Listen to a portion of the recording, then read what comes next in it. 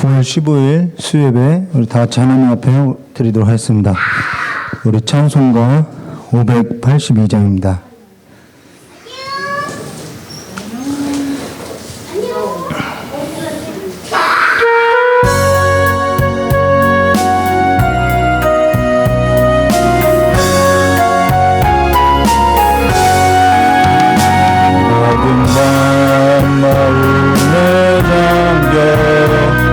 역사에 어딘지 떴을 때에 소명성 동쪽에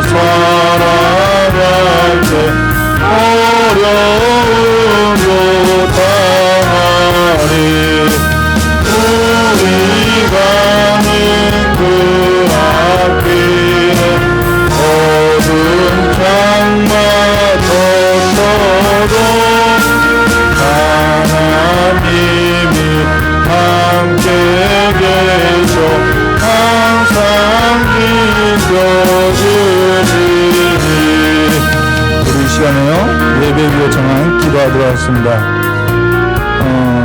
점점점 혼탁해질 때 우리가 붙들어야 할 것이 진리라는 사실을 여러분 기억하시고 오늘 또 하나님의 진리의 말씀 앞에서 깨닫는 은혜를 달라고 기도하도록 하겠습니다. 조신 하나님 아버지, 세상이 어지럽고 열강들 사이에서 끼어서 어디를 의지하고 살아야 할지 헤매고 살아가는 삶이 아니라 그 열강들 사이에 있든 아니면 이 혼탁한 삶 가운데 있든 우리가 하나님의 그 진리의 말씀 앞에 날마다 서는 삶으로서 나아갈 수 있도록 믿음을 허락하여 주시옵고 오늘 이 예배에 있어서 성령 하나님께서 깨닫는 마음을 주사 이 역사 가운데 임재하신 하나님을 보고 나아가는 삶이 될 수 있도록 주님께서 인도해 주시길 간절히 원하오며 그러신 예수님의 이름으로 축복하며 기도드리옵나이다. 우리 다같이 사도신경으로 신앙고백을 하였습니다.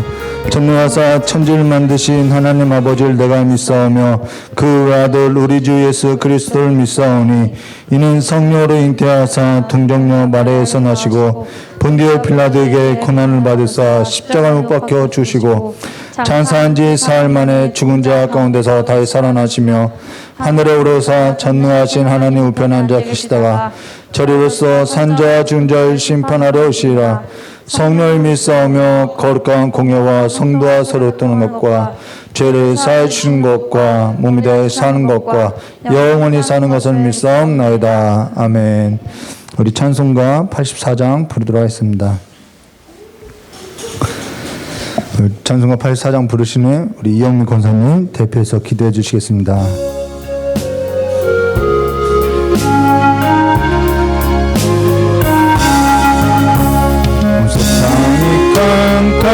깜깜하여서 참 빛이 없었더니 나는 영광 같아나 온 세상 빛이 없네. 영광의 주 영광의 주 밝은 불빛 내게 비추었네.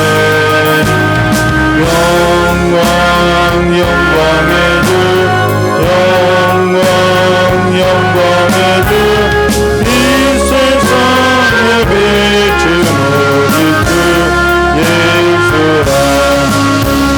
말씀을 믿는 사람은 그 마음이 시원하고 주 명령을 준행하는 자 그 길이 완하겠네. 영광의 주 영광의 주 밝은 빛 내게 비추었네.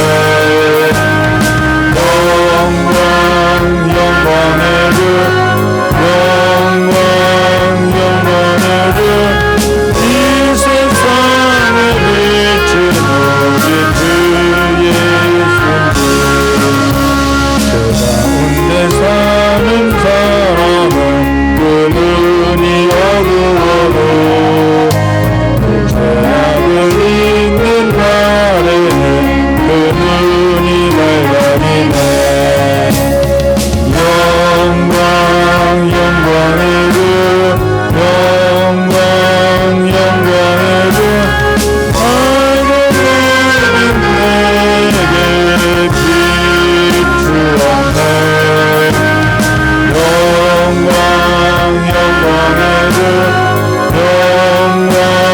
영광의 주 이 세상에 비추는 우리 주 예수님. 다시 기도하도록 하겠습니다. 사랑과 은혜가 많으신 하나님 아버지, 오늘도 귀한 하나님의 전에서 아버지 예배를 드리게 하시니 감사합니다. 먼저 저희들 몸과 마음을 주님께 온전히 아버지 드리고자 찬양하며 또한 아버지 정말 부르짖는 예수 보혈로 부르짖는 자녀들로 삼아주시니 감사합니다. 주님, 귀한 예배를 통해서 또한 저희들에게 말씀을 주실 터인데 그 말씀대로 세상에 나가 넉넉히 믿음의 자녀들로 삼아주시고 오직 굳건한 믿음으로 세상에 혼탁할지라도 오직 하늘 우러러 하나님의 말씀과 하나님을 바라보며 찬양하며 기도하며 간구할 수 있도록 함께해 주시고 성령의 도우심으로 어디를 가든지 세상의 빛과 소금이 되는데 부족함이 없도록 저희들 늘 깨있게 도와주시옵소서. 세상에 혼탁할지라도 세상에 두려움일지라도 병마와 싸울지라도 주님의 은혜로 싸우고 주님의 은혜로 승리할 수 있도록 함께해 주시고 아버지 저희들에게 전신갑주를 허락하여 주셔서 어느 곳에 가신디 복음의 자녀로 또한 아버지의 믿음의 전파자로 구원의 확신을 갖고 살아갈 수 있도록 함께해 주시고 성령의 도우심과 믿음의 방패로 또한 아버지 성령의 검으로 싸워 이길 수 있도록 함께하여 주시옵소서. 주님 말씀을 전하는 우리 목사님을 함께해 주시고 말씀을 통해서 저희들 새롭게 깨어있게 도와주시고 말씀을 통해서 저희들 아버지 힘을 얻게 도와주시고 말씀을 통해서 저희들 아버지와 새로 깨달아 세상에 넉넉히 길 믿음 허락하여 주시옵소서. 우리 어린 양과 청년들까지 기억하여 주시고 우리 어린 양 하나님의 은혜 가운데 있게 하여 주시옵소서. 그 영혼이 밝아 아버지 세상에 나아갈 때 정말 빛과 소문에 부족함이 없도록 어린 양을 보호하시고 지켜 인도하여 주시오며 아버지 이길 믿음 허락하여 주시고 승리할 아버지 그런 삶을 살 수 있도록 함께하여 주시옵소서. 또한 사랑하는 우리 아버지여 모든 선교지에 함께해 주시고 아버지 선교지에 어려움 당하지 않도록 붙들어 주시오며 하나님 주신 발걸음을 인도하여 주시옵소서. 아버지 모든 넉넉히 채워지는 은혜를 허락하여 주시고 부족함이 없게 하여 주시옵소서. 저희들 함께 기도하는 동역자로서 늘 기도를 빼먹지 않도록 주님 함께해 주시고 깨닫게 도와주시고 알게 도와주시고 듣게 하여 주시옵소서. 오늘도 함께 하실 것 믿고 감사와 찬양과 영광을 돌려오며 예수 그리스도의 이름으로 기도드렸습니다. 아멘. 우리 하나님 말씀 보도하겠습니다. 열왕기 하 24장 1절서부터 7절입니다. 열왕기 하 24장 1절부터 7절 말씀 보도하겠습니다.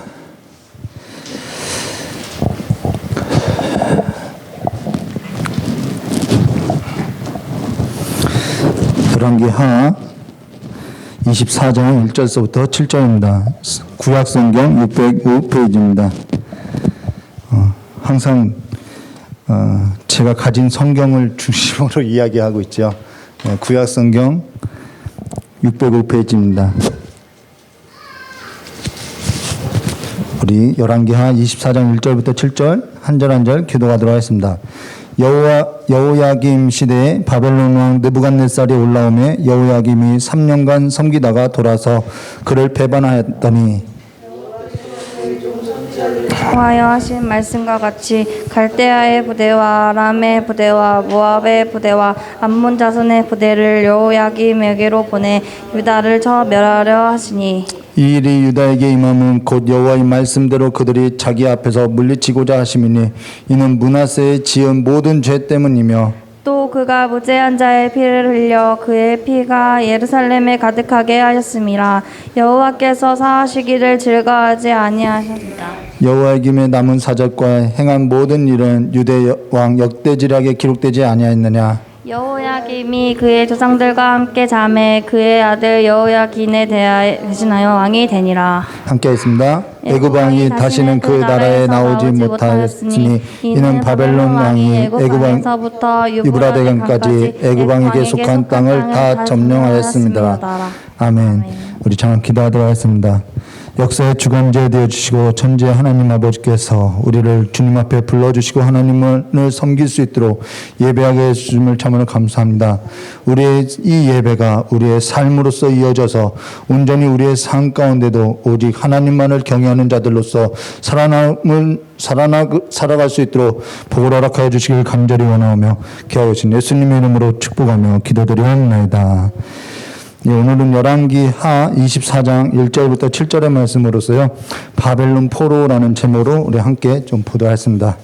우리가 수요 예배 때 이제는 마태복음이든 누가복음이든 이제 복음서를 볼 것인데요. 우리가 복음서에 보기 전에 어떠한 것도 역사 없이 시작된 건 없죠. 그래서 우리가 복음서를 보기 전에 그 성경 역사에 있어서 그 역사적인 배경에 있어서 살펴보고자 우리가 지금 이 성경이 세계가 이렇게 성경대로 진행되고 있으며 또한 하나님께서는 그 역사 가운데 이야기했다라는 것입니다. 얘기했다라는 것이죠. 그래서 이 역사라는 것은 하나님의 언어라는 거예요. 네, 하나님의 언어라는 거죠. 지금 우리가 사는 세계의 역사에 있어도 성경적 관점을 가지고 하나님의 언어로서 우리가 볼 줄 알아야 한다는 것입니다. 그러면서 여러분에게 권하는 것이 있다면은 역사나 신학 아니면 세계 지리나 요즘 TV 매체를 통해서 방송하는 것들이 많이 있거든요. 그런 것에 있어서 좀 이렇게 유익한 방송이 있는데요. 여러분이 그것을 좀 참고하고 보시면은 좀 여러분의 신앙에 있어서 좀 지식을 얻을 것 같아요.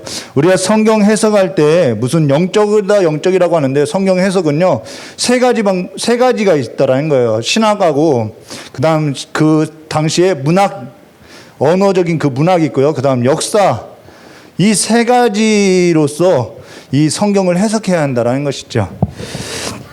중세 유럽 역사는 중세 교회를 연관이 있고요. 우리가 주일 예배 설교 때 보는 웨스트민스터 신앙 고백서도요. 헨리 8세와 연관이 있고요.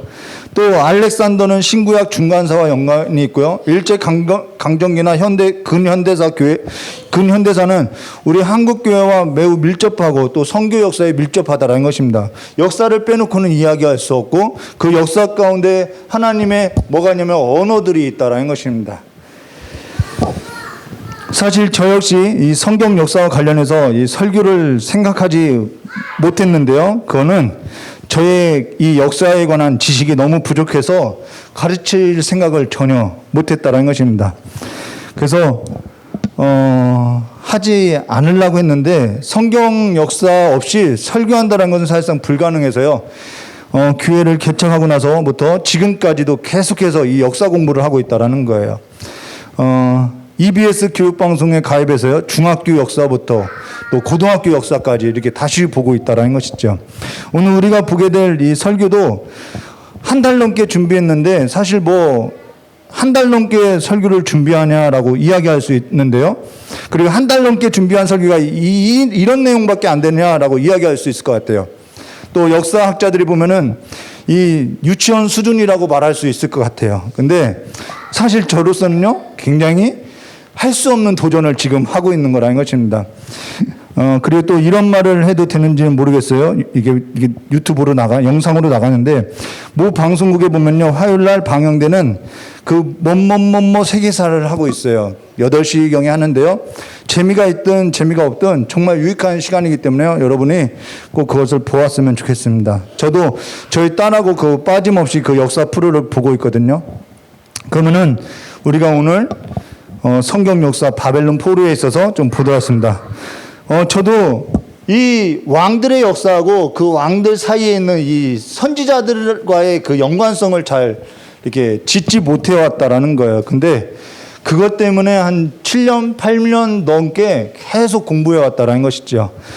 근데 오늘 이제 좀 보도록 하겠습니다. 자, 성경에 나오는 메소포타미아 지역은요, 우리가 지금 그림으로도 보고 있죠.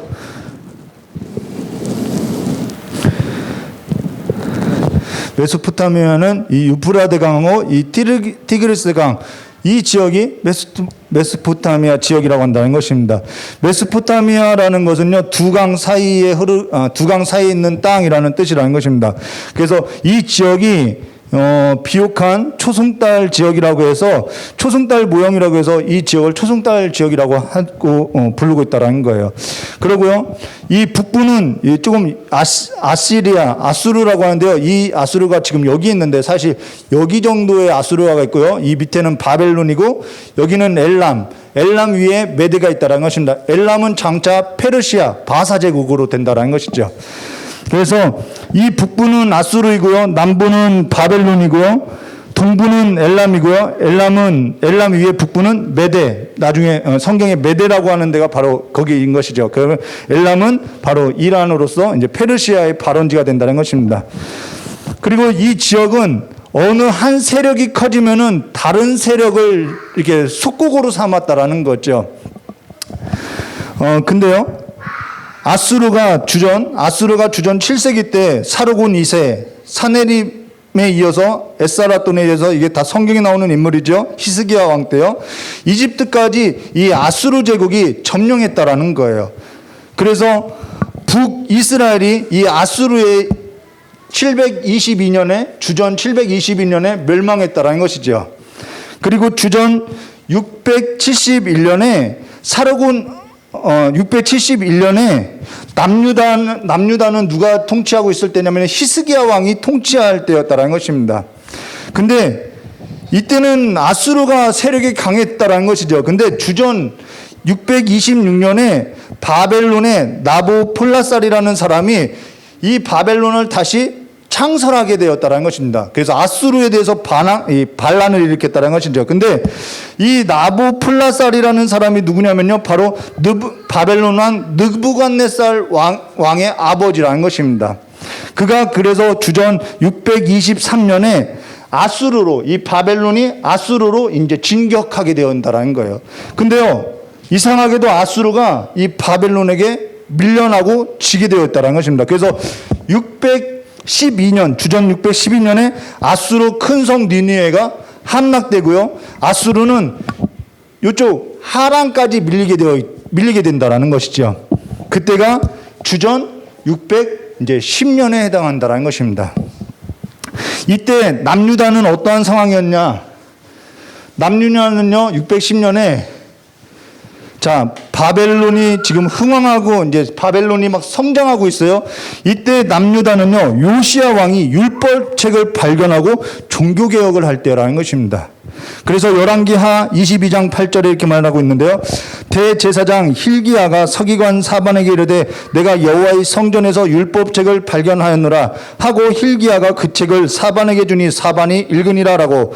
이때 율법책을 발견하고 이 책을 누가 보게 되냐면 요시야 왕이 듣고 옷을 찢고 종교 개혁을 한다라는 것이죠. 이때가 주전 610년이라는 것입니다. 자, 근데요, 어쩌다가 여호와의 성전에 율법책이 발견되었냐는 거예요.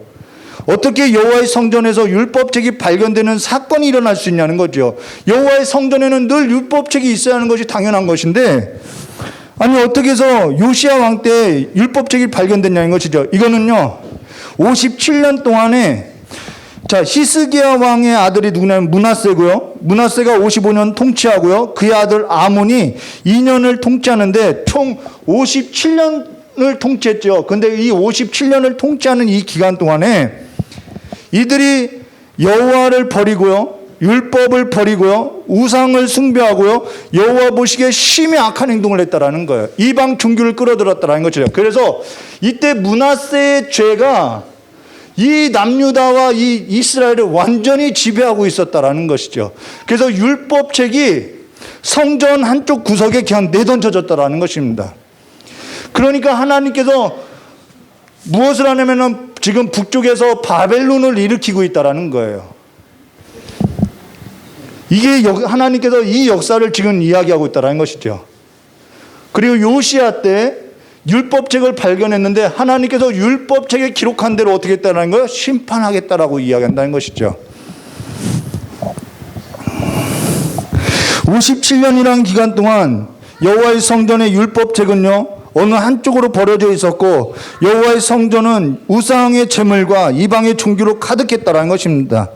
그러고 나서 지금 바벨론의 나보폴라살이 신 바벨론을 창설하고 지금 일어나고 있다는 것이죠. 그리고 아수르는 멸망하기 전에 지금 그림으로 보면요, 이 아수르는 멸망해져 가고 있고요. 바벨론은 이제 세력이 커지고 있고요. 이때 남유다는 요시야가 지금 통치하고 있는데요. 이때 아수르가 멸망해 갈 때 어떤 선지자가 예언을 했냐면요, 나훔 선지자가 예언을 했다라는 것입니다. 나훔서 있죠. 그래서 나훔 선지자하고 활동한 선지자가 누구냐면은 스바냐 선지자하고요, 그 다음 하박국 선지자이고요. 이때 이 선지자들이 다 같이 활동했다라는 것입니다. 예레미야 선지자라는 것입니다. 나훔 선지자를 보면요, 그러면 멸망해가는 아수르에 관해서 예언했던 그 나훔 선지자가 그 예언했던 나훔 3장 18절과 19절에 이렇게 말하죠. 아수르 왕이여, 내 목자가 자고 내 귀족은 누워 쉬며 내 백성은 산들에 흩어지나 그들은 모을 사람이 없도다. 내 상처는 고칠 수 없고 내 부상은 중하도다. 내 소식을 듣는 자가 다 너를 보고 손뼉을 치나니 이는 그들이 항상 내게 행패를 당하였음이 아니더냐 하시더라라고. 지금 이 시기에 아수르가 멸망하는 이 시기에 이 나훔 선지자를 보내서 아수르가 하나님의 심판으로 멸망할 것이다라고 예언을 했다라는 것이죠. 그러고 나서 주전 610년에 바벨론의 나부플라살에 의해서 아수르는 어디까지 점령당하냐면 하란까지 점령당한다는 것입니다. 그러다가 주전 609년에요. 이 바벨론의 나부플라살은 바벨론으로 다시 돌아가고 바벨론의 그 나부플라살의 아들 느부갓네살이 이 하란을 지나서 이 이집트까지, 이 시리아 남부까지 계속 진격하고 있다라는 것이죠. 이때가 언제냐면 609년이라는 것입니다. 주전. 이때 왕이 누구냐면 요시야 왕이었고요. 이때 이 바벨론이 아수르하고 전쟁을 할 때 이 아수르를 돕고자 누가 올라오냐면 이집트가 올라온다라는 거예요. 자, 아수르를 돕고자 주전 609년에 이집트의 왕 바로 그 누구가 출정한다라는 것입니다. 이때 그래서 주전 609년에 누가 죽냐면요, 바로 남유다의 왕 요시야 왕이 아수르를 돕고자 올라오는 이집트를 막다가 무기토에서 죽게 되었다는 것이죠. 열왕기하 23장 29절과 30절 말씀 보도록 하겠습니다. 요시야 당시에 애굽왕 바로느고가 아수르를 치고자 하여 유브라데 강으로 올라오므로 요시야 왕이 맞서 나갔더니 애굽왕이 요시야를 무기토에서 만났을 때 죽인지라라고 말하고 있다는 것입니다. 그래서 609년에 이 요시야 왕, 남유다 요시야 왕이 죽었다는 것입니다. 이렇게 여기 갈그미스의 전투라고 이야기하죠. 그러고 나서 30절 말씀 볼까요? 열왕기하 23장 30절. 신복들이 그의 시체를 병거에 싣고 무기토에서 예루살렘으로 돌아와 그의 무덤에 장사하니 백성들이 요시야의 아들 여호아하스, 이제는 요시야의 아들 여호아하스가 이제 왕으로 되죠. 데려다가 그에게 기름을 붓고 그의 아버지를 대신하여 왕으로 삼았더라라고 하는데요. 애굽의 그 바로 느고가 그 여호아스를 폐위시키고 애굽으로 끌고 가서 죽인다라는 거예요. 그러고 나서 요아스의 아들 엘리야김을 왕위로 씌우는데 그가 누구냐면 여호야김이라고 한다는 것이죠. 성경 말씀 볼게요. 자, 이렇게 보면요, 여기 요시야에게 여호야김, 여호아스, 시드기야 이렇게 세 아들이 있는데 여호아스를 왕으로 세웠는데 애굽 왕이 이 여호아스를 폐위하고 애굽으로 끌고 와서 죽인 다음에 이 아주 형편없는 사람인데요, 여호야김을 왕으로 세웠다라는 것입니다. 성경 말씀 열왕기하 23장 31절과 35절 말씀입니다. 여호아스가 왕이 될 때 나이가 23세라. 예루살렘에서 석 달간 다스리나 그의 어머니의 이름은 하무달이라. 림나 예레미야의 딸이더라. 여기서 예레미야는 다른 사람입니다. 여호아스가 그의 조상들의 모든 행위대로 여호와 보시기에 악을 행하였더라. 바로 느고가 그를 하맛 니블라에 가두어, 하맛 니블라는요, 지금 여기가 전쟁 중이었거든요. 이 시돈 위쯤 요 정도에 되고요. 하맛 니블라에 가두어 예루살렘에서 왕이 되지 못하게 하고 또 그 나라로 은 100달란트와 금 1달란트를 벌금으로 내게 하고 바로느고가 요시야 아들 엘리야김을 그의 아버지 요시야를 대신하여 왕으로 삼고 그의 이름을 고쳐 여호야김이라 하고 여호아스는 애굽으로 잡아가더니 그가 거기서 죽으니라. 여호야김은, 자, 이제는 우리는 여호아스에 이어서 요시야에 이어서 여호야김, 그다음 여호야김을 볼 것이죠. 34절이요. 바로 누구가 요시야 아들 엘리야김을 그의 아버지 요시야를 대신하여 왕으로 삼고 그의 이름을 고쳐 여호야김이라 하고 여호야스는 애굽으로 잡아가더니 그가 거기서 죽으니라. 35절이요. 여호야김이 은과 금을 바로에게 주니라. 그가 바로 누구의 명령대로 그가 그에게 그 돈을 주기 위하여 나라에 부과하되 백성들 각 사람의 힘대로 액수를 정하고 은금을 징수하더라라고. 이 시기에 누가 활동하냐면은 바로 예레미야가 활동한다라는 것입니다. 여러분, 지금 요시야가 주전 609년에 전쟁에 나갔다가 이 애굽왕이 올라오는 것을 막고자 무기토에서 죽었는데 그 다음 백성들이 여호야스를 왕으로 세웠는데 이 여호야스를 폐위시키고 이 애굽왕이 바로 누구를 세웠냐면 여호야김을 세웠다라는 것입니다. 그러면요, 이거는 이 왕은 이스라엘 백성들이 세운 왕이 아니라 애굽왕이 세운 왕으로서 이 왕은 애굽의 속국이 되었다라는 거예요.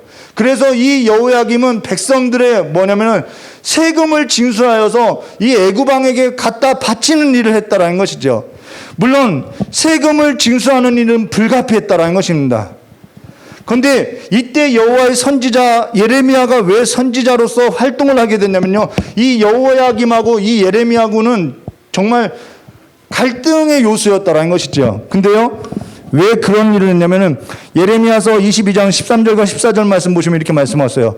불의로 그 집을 세우며 부정하게 그 다락을 지으며 자기의 이웃을 고용하고 그의 품삯을 주지 아니하는 자에게 화했을진저 그가 이르기를 내가 나를 위하여 큰 집을 넓은 다락을 지으리라 하고 자기를 위하여 창문을 만들고 그것을 백향목으로 입히고 붉은 빛으로 칠하는도다라고. 이러한 어려운 시기에 자기는 궁궐을 짓고 화려한 생활을 하고 있다라는 거예요.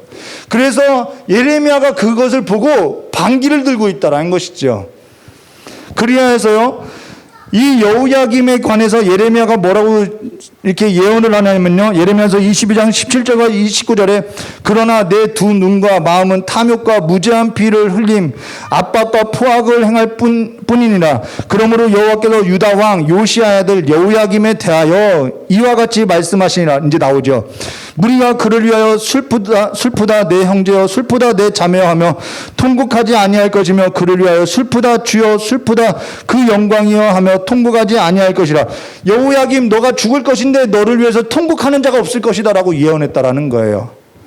그러고 나서요, 19절에요. 예레미야 22장 19절에요. 그가 끌려 예루살렘 문 밖에 던져지고 나귀같이 매장함을 당하리라 라고 예언했다라는 것입니다. 여기서 나귀같이 매장함을 당하리라라는 것은 사실상 매장당하지 못한다라는 거예요. 나귀는요, 매장하지 않아요. 그래서 나귀와 같이 매장함을 당하리라라는 말은 너가 죽어도 애곡하는 자가 없고 슬퍼하는 자가 없고 통곡하는 자가 없을 것이고 너는 예루살렘 밖에서 죽을 것이라는 것을 말해주고 있다는 거죠. 저는 사실 이 대목을 보면서 선교사들의 그 죽음, 선교사들의 그 삶이 얼마나 귀한지를 깨닫게 되었다라는 거예요.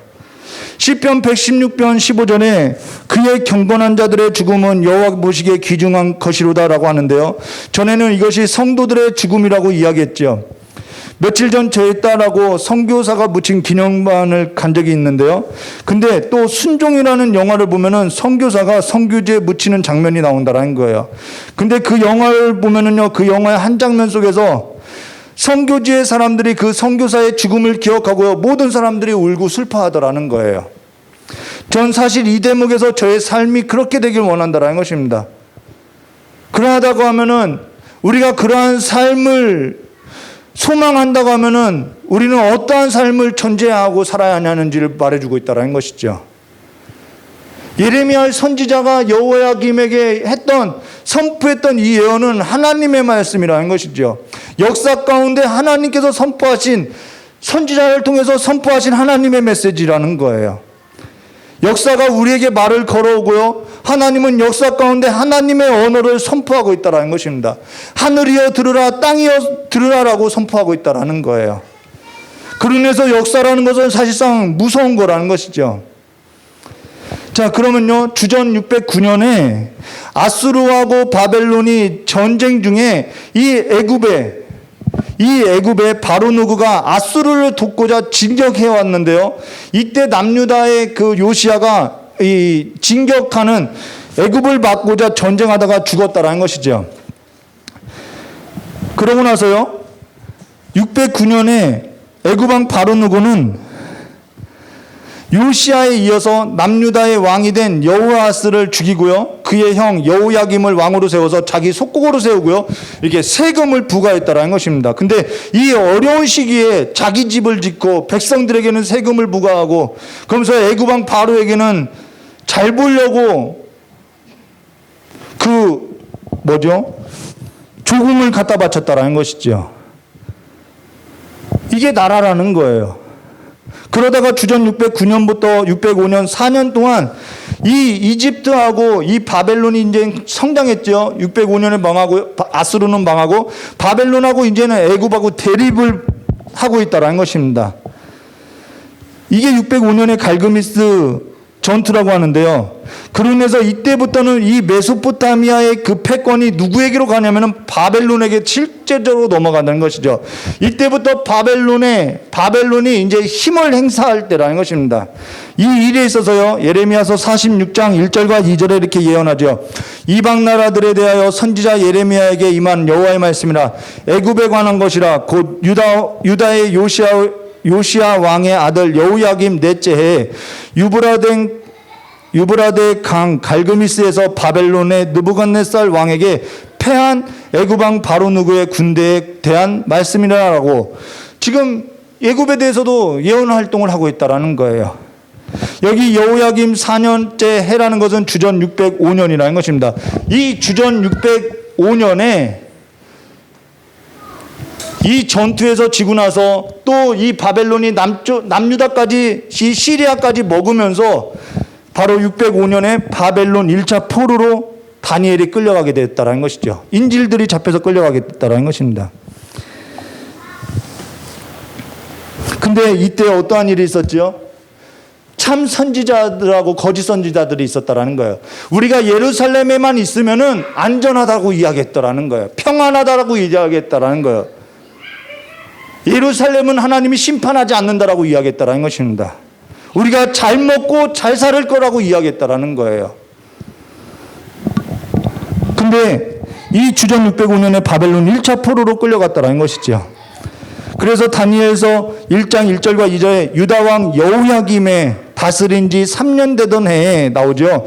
바벨론 왕 느부갓네살이 예루살렘에 이르러 에워쌌더니 주께서 유다왕 여호야김과 하나님의 전 그릇 얼마를 그의 손에 넘기심에 그가 그것을 가지고 신할 땅 자기 신들의 신전에 가져가다가 그 신들의 보물 창고에 두었더라 라고 말하고 있다는 것입니다. 그런데 예레미야서 46장 1절과 2절에는 여호야김 넷째 해라고 하고, 다니엘서 1장 1절과 2절에는 여호야김이 다스린 지 3년 해라고 이야기하는데, 이것은요 달력의 차이가 있다는 것입니다. 다니엘이 쓰는 달력은 궁궐에서 쓰는 거고요, 예레미야에서 쓰는 달력은 일상생활에서 쓰는 달력으로 가을부터 시작하고, 다니엘이 쓰는 달력은 봄부터 시작해서 1년이라는 시간의 차이가 있다는 거예요. 그래서 같은 해라는 것이죠. 근데요, 이 시기에 바벨론이 이렇게 내려올 때 하박국 선지자가 예언을 활동을 했는데, 하박국 선지자가 뭐라고 예언했냐면은 하박국서 1장 6절과 8절에 보라 내가 사납고 성급한 백성 곧 땅이 넓은 곳을 다니며 자기의 소유가 아닌 거처들을 점령하는 갈대아 사람, 이게 갈대아 사람이 바벨론 사람이라는 거예요. 갈대아 사람을 일으켰나니 그들은 두렵고 무서워 당당하며 위험이 자기들에게 나오며 그들의 군마는 표범보다 빠르고 저녁 이리보다 사나우며 그들의 마병은 먼 곳부터 빨리 달려오는 마병이라 마치 먹이를 움키려 하는 독수리 나름과 같으니라 라고 하박국 선지자가 예언했다라는 거예요.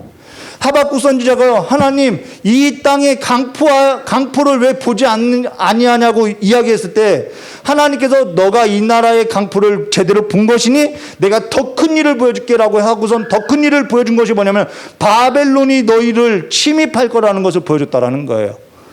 그때 하박국 선지자가 아니 우리가 아무리 잘못하고 살지만은 어떻게 해서 하나님 이 하나님의 백성을 이방인에게 넘길 수 있습니까? 라고 물었다라는 것이죠.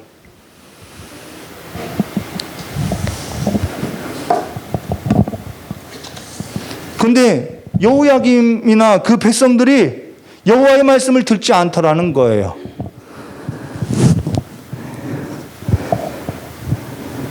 열왕기하 24장 36절과 27절 여호야김이 왕이 될 때에 나이가 25세라 예루살렘에서 11년간 다스리나 그의 어머니 이름은 스비다라 루마 부다야의 딸이더라. 여호야김이 그 조상들을 행한 모든 일을 따라서 여호와 보시기에 악을 행하였더라. 여러분, 이 시기에 악을 행하고 있더라는 거예요. 이런 역사 가운데 악을 행하고 있더라는 거예요. 열강들 사이에서 지금 힘이 약해져 가고 있는데도 악을 행하고 있더라는 거예요.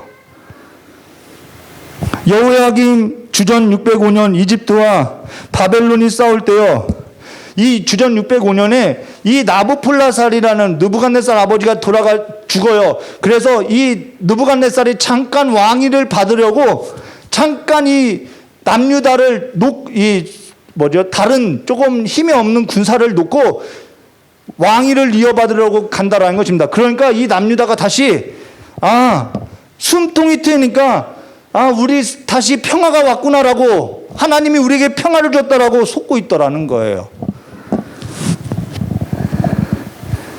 이게 우리의 신앙하고 똑같지요. 그러다가요 4년이 지나요. 이젠 주전 601년이 되죠. 605년에서 이제 1차 포로가 지나가고요. 이 1년 때에 이 여호야김이 이집트하고 바벨론하고 싸웠는데 바벨론이 이 이집트를 이기더라는 거예요. 그래서 이집트의 바벨론의 힘이 세니까 이 바벨론에게 붙어버리죠. 근데 바벨론에게 붙었다가 다시 배반하는 일이 벌어진다는 것입니다. 그래서 열왕기하 24장 1절에 여호야김 시대에 바벨론의 왕 느부갓네살이 올라오매 여호야김이 3년간 섬기다가 돌아서 그를 배반하였더니라고 말하고 있죠. 여호야김이요 바벨론을 3년간 섬겼을 때가 언제냐면 주전 601년에 왜 그가 섬기다가 배반을 했냐면요, 주전 601년에 어떠한 사건이 있다라는 거예요. 그게 뭐냐면요, 이집트하고 바벨론하고 싸우는데 이 바벨론 왕 느부갓네살이 이제 왕위를 받고 이집트까지 내려가서 이 이집트를 먹으려고 싸우는데요, 이집트하고 바벨론하고 큰 피해를 본다라는 거예요. 그러니까 이 남유다 여호야김이 바벨론도 별것 아니네, 싸울만 하네, 독립할만 하네, 배반해도 되겠네 하고선 이 바벨론을 배신한다라는 것이죠. 그로 인해서요 열왕기하 24장 2절과 4절에 이렇게 말하는 거예요. 여호와께서 그의 종 선지자들을 통해 하신 말씀과 같이 갈대아의 부대, 아람의 부대, 모압의 부대, 암몬의 부대를 여호야김에게로 보내 유다를 쳐 멸하시니라 라고 하는데요, 이때는 바벨론이 다른 일로서 막 이렇게 확장하고 있을 때라서 유다에는 조그만 군대만 두고 떠났다라는 거예요. 그래서 여기에 아람의 군대, 모압의 군대, 암몬의 군대를 가지고 이 유다를 치라고 한 거예요. 그러고 나서 그가 1년 후에 직접 이 유다로 내려온다라는 것입니다. 배반한 일을 그냥 이렇게 넘기려고 했던 일이 아닌데, 이들은 배반하고 나서 애굽을 의지해서 애굽이 우리를 도와주겠지 했는데 애굽이 실질적으로 바벨론하고 싸워서 이들도 큰 피해를 보았기 때문에 돕지 못하더라는 거예요. 그래서 상한 갈대를 의지하지 말라고 선지자들이 그렇게 예언했다라는 것이죠. 애굽은 썩은 갈대라는 거예요. 너희들에게 아무 도움이 되지 않는다라고 이야기를 해왔다라는 거예요. 여기서 여호와께서 그의 종 선지자를 통하여 하신 말씀과 같이라는 것은 예레미야서 25장 9절과 12절로 보라 내가 북쪽 모든 종족과 내 종 바벨론 왕 느부갓네살을 불러다가 이 땅과 그 주민과 사방 모든 나라를 쳐서 진멸하여 그들이 놀램과 비웃음거리가 되게 하며 땅으로 영원한 폐허가 되게 할 것이라. 여호와의 말씀이라. 내가 그들 중에서 기뻐하는 소리와 즐거워하는 소리와 신랑의 소리와 신부의 소리와 맷돌 소리와 등불빛을 끊어지게 하리니, 여기서 등불빛을 끊어지게 한다는 것은요 성전에서 불을 끈다라는 것을 말하는 거예요. 이 모든 땅이 폐허가 되어 놀랄 일이 될 것이며 이 민족이 70년 동안 바벨론 왕을 섬기라라고 예언했다라는 것이죠. 근데 이들이 애굽을 의지하고 바벨론에게서 벗어나고자 했다라는 거예요. 그러나요 애굽이냐 바벨론이냐 그게 중요한 것이 아니죠. 지금 하나님의 뜻이 어딨냐가 더 중요했다라는 것이죠. 이들은 예루살렘에 자신들이 있다고, 예루살렘에 피하였다고, 그래서 예루살렘에 관해서 예레미야가 예언하는 그 예언을 통하여서 어떻게 이 예루살렘에 관해서 예언할 수 있느냐라고 하면서 예레미야를 죽이고자 했다라는 것입니다. 그래서 가두었다라는 거예요. 어떻게 예루살렘 성전에 대해서 예언을 할 수 있느냐라고. 그래서 예레미야서 26장 8절과 9절에요. 예레미야가 여호와께서 명령하신 말씀을 모든 백성에게 전하여 마침에 제사장들과 선지자들과 모든 백성이 그를 붙잡아 이르되 내가 반드시 죽어야 하리라. 어찌하여서 내가 여호와의 이름을 의지하여 예언하여 이르기를 이 성전이 실로같이 되겠고 이 성전이 황폐하여 주민이 없으리라 하느냐 하며 그 모든 백성이 여호와의 성전에서 예레미야를 향하여 모여드니라 라고 말하고 있다는 것이죠. 이들은요 이미 반 바벨론 정치로서 친 애굽 정치로 가고 있었다라는 것입니다. 이들 중에는요 예레미야서 20장 1절에 임멜의 아들 제사장 바수론 여호와의 성전의 총감독이라 그는 예레미야의 예언을 들은지라라고 제사장도 있었다라는 거예요. 그리고 예레미야서 36장 23절과 26절 여후디가 선어 쪽을 낭독하며 여후디가 선어 쪽을 낭독하면 왕이 칼로 그것을 연하여 베어 화로 불에 던져 두루마리를 모두 태웠더라. 왕과 그의 신하들이 이 모든 말씀을 듣고도 두려워하거나 자기 옷을 찢거나 아니하고 엘라단과 들라야가 그 말에가 왕께 두루마리를 부사르지 말도록 아뢰어도 왕이 듣지 아니하였으며 왕의 아들 여라무엘과 이스르엘의 아들 스라야와 압디엘의 아들 셀레마에게 명령하여 서기관 바룩과 선지자 예레미야를 잡으라 하였으나 여호와께서 그들을 숨겼더라라고. 지금 이러한 예언을 하니까요 그 예언의 말씀을 어떻게 하냐면 여호와의 힘이 칼로 쭉쭉 찢어가지고 불로 태웠다라는 거예요. 두려워하지도 않았다라는 것이죠. 그러다 다시 열왕기하 24장 1절과 4절 말씀 보시면 이렇게 말씀하죠. 우리가 이제는 역사적인 것을 보았어요. 여호야김 시대에 바벨론 왕 느부갓네살이 올라오매 여호야김이 3년간 섬기다가 돌아서 그를 배반하였더니 왜 배반했어요? 이집트하고 애굽하고 싸웠는데 무승부였다라는 거예요. 그러니까 우리도 싸워볼 만하네라고 했죠. 그래서 여호와께서 그의 종 선지자를 통해 하신 말씀과 같이 갈대아의 부대, 아람의 부대, 모압의 부대, 암몬 자손의 부대를 여호야김에게 보내 유다를 쳐 멸하려 하시니 이 일이 유다에 임함은 곧 여호와의 말씀대로 그들이 자기 앞에서 물리치고자 하심이니 이는 므낫세의 지은 모든 죄 때문이며 또 그가 무죄한 자의 피 흘려 그의 피가 예루살렘에 가득하게 하였습니다. 여호와께서 사하시기를 즐겨하지 아니하신 자라고 이어했죠. 여기 므낫세의 지은 모든 죄 때문이라고 말하죠. 근데 므낫세의 지은 모든 죄 때문이라고 이 므낫세가 통치할 때 율법은요 버려졌어요. 여호와의 성전 한쪽 구석으로 그냥 던져졌어요. 우상의 제물로 가득했어요. 성전에는 이방의 종교 문화로서 가득했어요. 근데 여호야김 때에도 하나님의 말씀을 예레미야가 전하면은 칼로서 쭉쭉 찢어서 불에다 태워버렸어요. 듣지 않았다라는 거예요. 므낫세가 지은 죄 때문이라고 하는 것은 므낫세 그 지은 죄 때문이기도 하지만은 우리가 생각해 볼 것은 뭐냐면요. 열왕기하 23장 27절과 27절 말씀 보시면 이렇게 말하죠. 여호야김이 그의 조상들이 행한 모든 일을 따라서 여호와 보시기에 악을 행하였다라고 말하고 있죠. 그 조상들이 행한 것이 뭐냐는 거예요. 이들은요 지금 그 조상들이 행하는 그 악한 길로 그냥 같은 길로 가고 있다라는 것이죠. 역사 속에서 그것을 이야기하고 있다라는 것입니다. 바벨론 느부갓네살은 사실 자신을 배반한 남유다 왕 여호야김을 놔둘 생각이 없었어요. 그로 인해서 바벨론 왕 느부갓네살은요 601년에 애굽하고 싸우고 나서 주전 599년에 암몬과 모압과 이 아람의 군대를 유다를 치라고 하고 나서 자기는 천천히 지금 남하하고 있었다라는 것입니다. 그래서 주전 698년에 이 유다를 쳤다라는 거예요.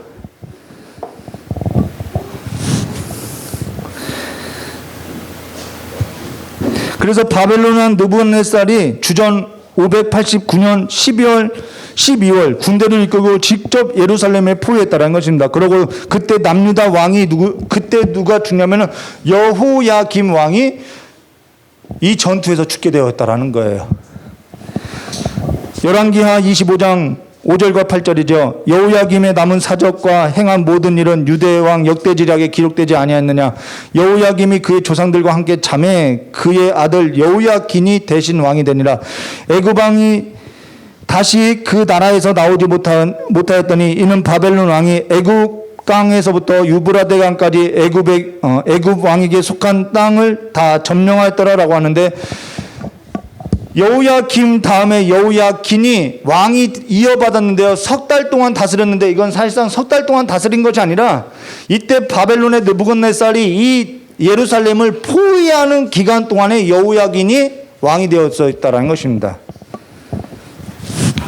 여기 근데요, 열왕기하 24장 6절에 여호야김이 그의 조상들과 함께 잠에 그의 아들 여호야긴이 대신하여 왕이 되니라 라고 이야기하죠. 그냥 평안히 죽은 것처럼 여기 기록하고 있는데요. 역대하 36장 5절과 7절 말씀에는 이렇게 말씀하고 있어요. 여호야김이 왕에 오를 때의 나이가 25세라 예루살렘에서 12년 동안 다스리며 그의 하나님 여호와 보시기에 악을 행하였더라. 바벨론 왕 느부갓네살이 올라와서 그를 치고, 이게 주전 598년이죠. 그를 쇠사슬에 결박하여 바벨론으로 잡아가고, 느부갓네살이 또 여호와의 전 기구들을 바벨론으로 가져다가 바벨론에 있는 자기 신당에 두었더라라고 이해하였다는 것입니다. 자, 여기요, 여호야김을 치고 쇠사슬로 결박하고 바벨론으로 잡아갔다라고 역대하는 기록하고 있다라는 거예요. 그가 예루살렘 성 밖에서 싸우다가 아니면은 도주하다가 잡혀서 바벨론에 끌려가는 직후에 죽게 되었는지, 아니면 끌려가다가 죽게 되었는지는 알 수 없어요. 그러나 그가 예루살렘 성 바깥에서 죽었다라는 것입니다. 장사되지 못했다라는 거예요. 그리고 나서 그의 아들 여호야긴이 대신 왕이 되었는데요. 이때는 바벨론이 지금 예루살렘을 포위하는 그때라는 것입니다. 그래서 여기 열왕기하 29장 9절에 여호야긴이 그의 아버지의 모든 행위를 따라서 여호와 보시기에 악을 행하였더라. 참 아이러니하죠. 이것을 보고도 계속 악을 행하고 있더라는 거예요.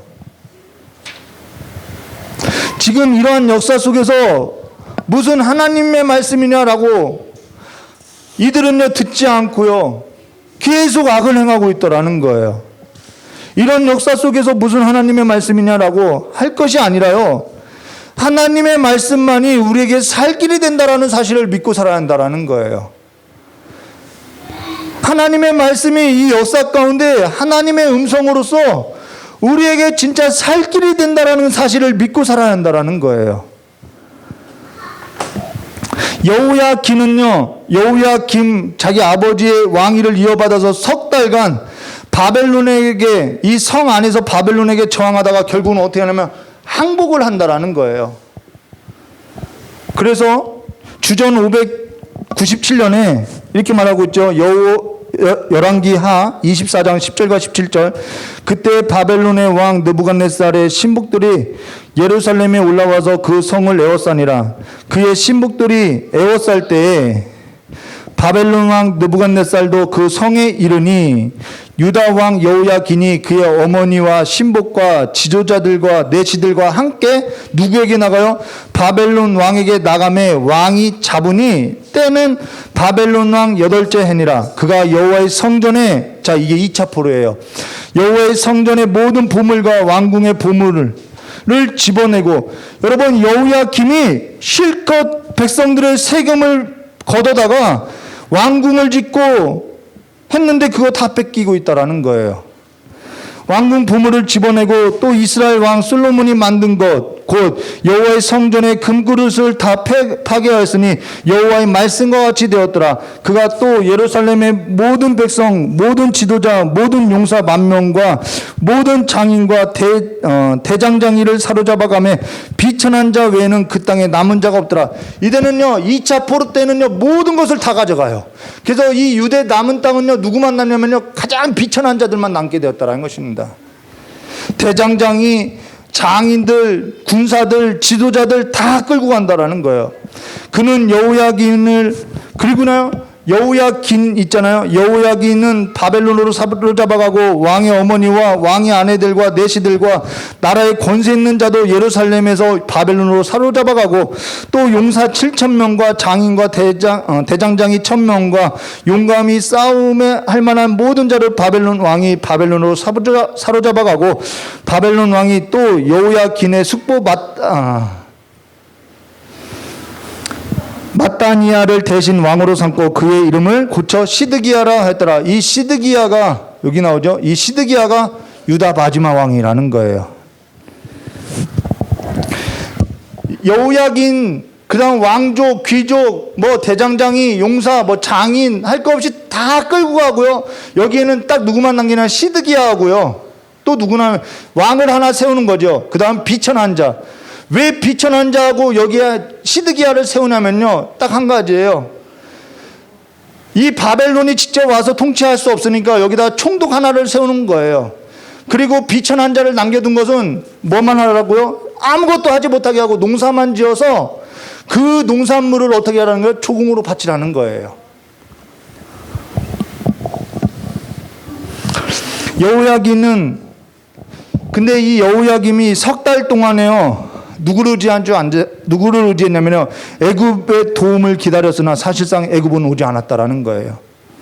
여호야긴 때 이루어진 이 주전 597년 바벨론에 의해서 2차 포로가 이루어지는데요. 이때 바벨론 왕 느부갓네살 8째로서요. 성전의 보물, 왕궁의 보물, 예루살렘 주민, 지도자, 용사, 장인, 대장장이 할 것 없이 다 끌고 가고 오직 비천한 자만 여기다 남겨놨다라는 거였죠. 그리고 시드기야를 임명해서 조국만 바치겠다라는 것입니다. 여러분 우리의 삶이요 이렇게 살아갈 수 있어요.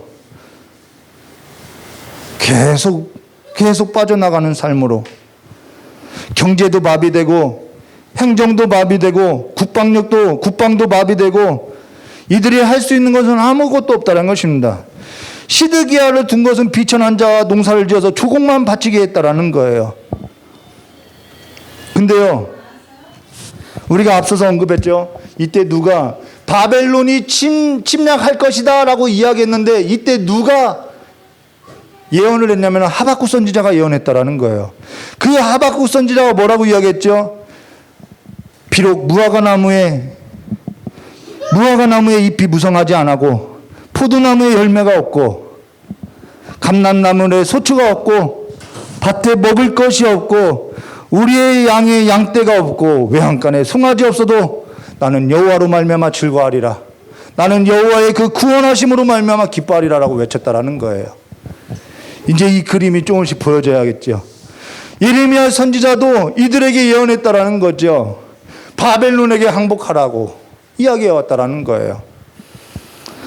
그러고 나서 2차 포로로 끌려갈 때 이때 2차 포로 때 끌려갔던 자들이 누구냐면은 에스겔 선지자가 그 무리 가운데 있었다라는 것입니다. 그리고 바벨론에 이미 1차 포로 때 끌려간 그 바벨론에는 누가 있었냐면은 다니엘이 있었다라는 거예요. 그래서 에스겔서 1장 1절과 3절에 30해째 넷째 달 초닷새 이게 에스겔이죠. 내가 그발강가 사로잡힌 자 중에 있을 때 하늘이 열리며 하나님의 모습이 내게 보이니 여호야긴 왕이 사로잡힌 지 5년 그 달 초닷새라. 갈대아 땅 그발강가라는 거 강이 아니라 니프루지어 이 유프라데강 여기 끝점 이 니프르라는 곳이 있는데요. 여기에 관계수로를 말하는 거예요. 수로 공사를 말한다라는 것입니다. 그발강가에서 여호와의 말씀이 부시의 아들 제사장 나 에스겔에게 특별히 임하고 여호와의 권능이 내 위에 임하였더라라고. 그가 뭘 보았냐면 여호와의 성전을 보았다라는 것이죠. 환상을 보았다라는 거예요. 이들은 여호와의 성전이 이미 황폐하게 되었는데 그가 새 예루살렘을 보여주고 있다는 것이죠. 지금 이들은 예루살렘 성전에서 예배할 수 없어요. 근데 이들이 지금 무엇으로서 예배하고 있냐는 거죠. 지금 이들이 포로로 끌려와서 깨닫게 된 것이 뭐냐는 거죠. 우리 조상이 하나님의 율법을 벗고 하나님의 말씀을 떠나고 우상의 제물과 이방의 종교의 문화에 빠져서 하나님을 버려서 우리가 이렇게 하나님 앞에 심판을 받았구나. 그래서 이들이 다시 한번 새 예루살렘을 보면서, 그래서 새 예루살렘을 이들이 그렇게 꿈꾸는 것이죠. 새 예루살렘을 보면서 무슨 운동을 하는 거예요? 말씀 운동을 시작했다라는 것입니다. 그래서 하나님의 말씀의 운동이 이때부터 이들에게 시작한 거예요. 그로 인해서 이 문제 가운데 하나님께서는 선지자를 두고 이들 중에 포로로 끌려왔던 이들 중에도 하나님의 말씀을 듣게 하고 있었다는 것을 보여주고 있다는 것이죠. 지금요, 열강들 가운데 끼어 있고요, 여러 가지 일로서 일상이 무너지고요, 경제도 마비됐다고 하고, 노동력도 마비됐다고 하고, 행정도 마비됐다고 이야기하고, 사람들은요, 내 살 길을 위해서 부동산에 투자해야 하냐, 집을 늘려야 하느냐, 어떤 공무원은 집을 42채나 보유하고 있었다고 이야기해요. 하나님의 말씀을 들어도요, 가슴을 치지 않아요. 하나님의 말씀이 내게 들려지지가 않아요. 듣지 않아요. 국가별로 지금 힘겨루기를 하고 있어요. 역사가 지금 말하고 싶은 하나님의 음성이 무엇이냐는 거죠. 여기에요. 그러면 바벨론의 포로로 끌려간 자들이 하나님 앞에 더 큰 죄를 지어서 끌려간 것이냐? 예레미야 선지자는 그렇게 말하지 않고 있어요. 예레미야서 24장 8절과 10절에 여호와께서 이와 같이 말씀하시니라. 내가 유다 왕 시드기야와 그 고관들과 예루살렘의 남은 자로서 이 땅의 남은 자에게 애굽 땅에 사는 자들을 나빠서 먹을 수 없는 나쁜 무화과 같이 버리되, 남겨진 자들도 뭐라고 하면 너희들은 먹을 수 없는 나쁜 무화과라고 이야기하고 있다는 것이죠. 우리가 그 내용은요, 다음 시간에 이 역사의 계속 흐름을 따라서요, 우리가 볼 것인데요, 다음 시간에 설교하도록 하겠습니다. 오늘 두 가지 놓고 기도했으면 좋겠어요. 오늘날 경제가 마비되었다, 노동력이 마비되었다, 행정이 마비되었다, 열강들은 자기들의 나라의 그 국익을 위해서 힘겨루기를 하고, 정말 혼돈의 시대가 바로 이때라는 것이죠. 어린 자녀들은 하나님의 말씀이 끊어지고 있고요, 신앙의 교육이 무색해지고 있고요. 오늘 여러분들에게 두 가지 기도 제목을 주는데요, 선지자적인 눈이 열어지게 해달라고 기도하시고요, 여호와의 말씀이 내 삶 가운데 끊어지지 않고 우리 자녀 삶 속에서 끊어지지 않기를 기도하시고, 또 우리의 실천의 과제로서 지금 성경책을 덮고 있다고 하면은 이제는 성경책을 펴고 주의 날을 사모하며 주의 날을 살아가시기를 실천적으로서 기도하고, 그 삶을 자녀들의 삶 가운데 가르치고, 얼마나 좋아요. 저는 오히려 일상의 삶이 무너진 이때에 에스겔과 같은 다니엘과 같은 그런 선지자들이 있었던 것처럼 신앙교육을 할 때라고 저는 믿고 있다는 것입니다. 여러분의 삶 가운데, 여러분의 자녀들의 삶 가운데 이제는 하나님의 말씀을 덮고 사는 것이 아니라 하나님의 말씀을 열고 선지자적인 삶을 가지고 이 역사에 움직이시는, 역사를 경영하시는 하나님을 보시는 귀한 삶이 되시기를 주님의 이름으로 축원합니다. 같이 기도하겠습니다.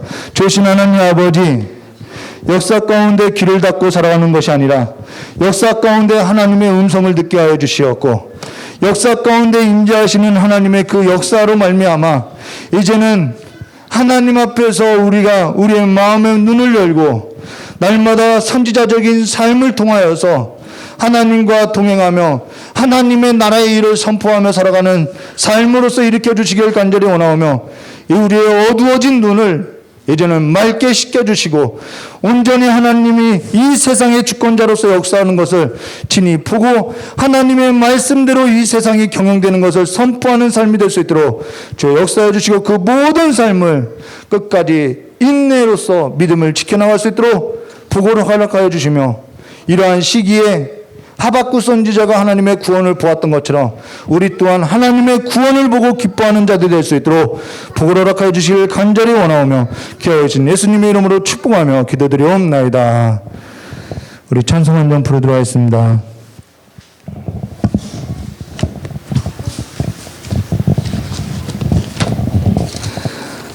여러분,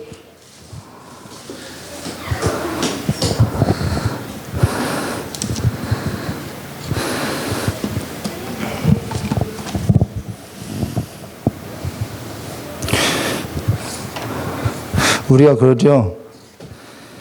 하나님 말씀하지 않는 것 같다고. 근데요, 어떠한 사람도요, 핑계할 수 없다라는 것입니다.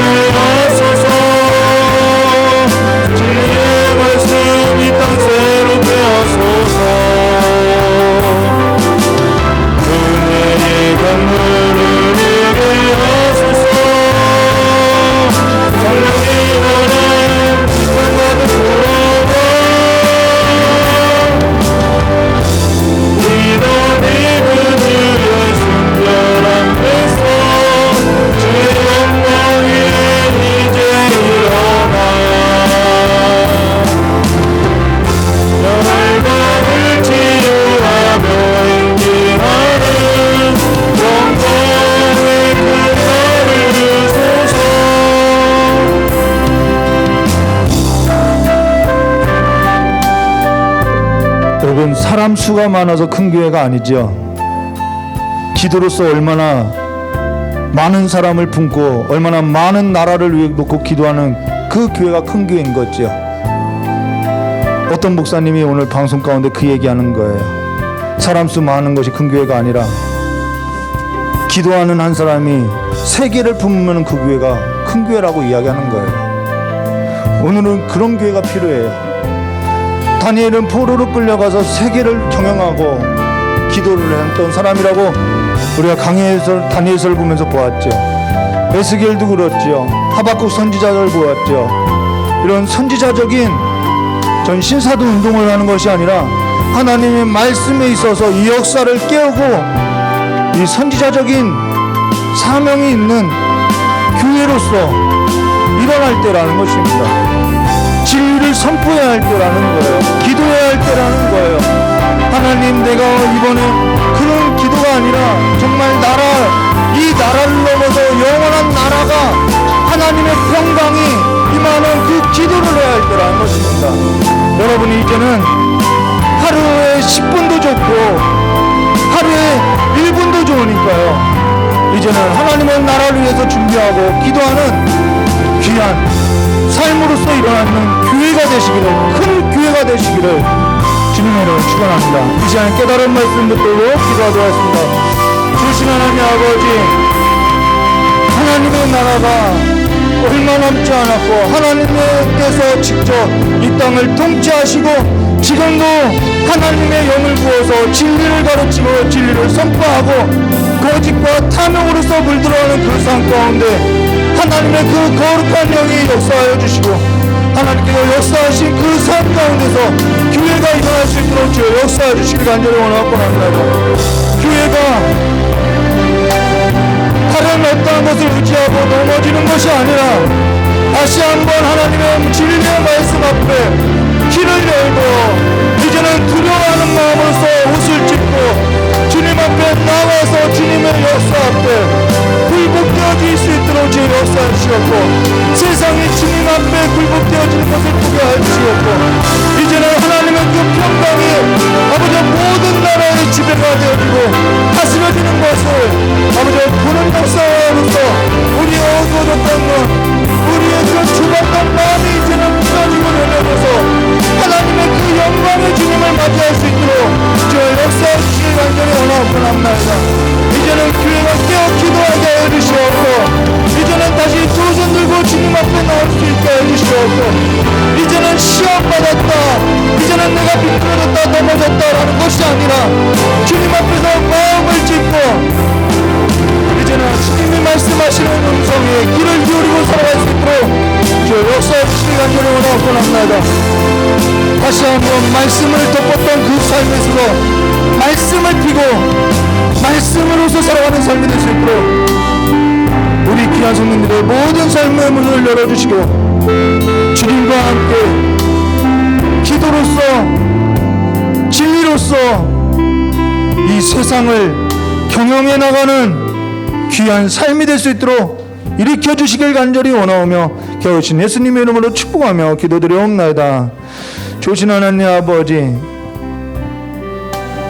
상황을 보는 것이 아니라 주의 음성을 듣게 하여 주시옵고 우리가 그런 역사 가운데 역사하시는 그 하나님의 음성을 듣고 살아가는 거룩한 자들로서 다시 한번 주님의 말씀 앞에 서고 하나님과 함께 기도로서 이 세계를 경영해 나가는 사람들이 될 수 있도록 저 복을 허락하여 주시옵고 오늘 주님 앞에 마음을 쏟고 또한 주님 앞에 몸을 드리고 시간을 드리고 예물을 드리는 우리 귀한 성도님들의 모든 삶을 주와 함께 일으켜 주셔서 이제는 주와 함께 다스리는 자들이 될 수 있도록 복을 허락하여 주시길 간절히 원하오며 겨우신 예수님의 이름으로 축복하며 기도드리옵나이다. 우리 주기도문으로 수임을 마치도록 하겠습니다. 하늘에 계신 우리 아버지여 이름이 거룩히 여김을 받으시오며 나라의 마옵시며 뜻이 하늘에서 이루어진 것 같이 땅에서도 이루어지리라. 오늘 우리에게 일용할 양식을 주옵시고 우리와 우리 죄진 자를 사하신 것 같이 우리 죄를 사해 주옵시고 우리를 시험에 들게 하지 마옵시며 다만 악에서 구하옵소서. 대개 나라와 권세 영광의 아버지께 영원히 싸움나이다. 아멘. 우리 복음서를 부을 때까지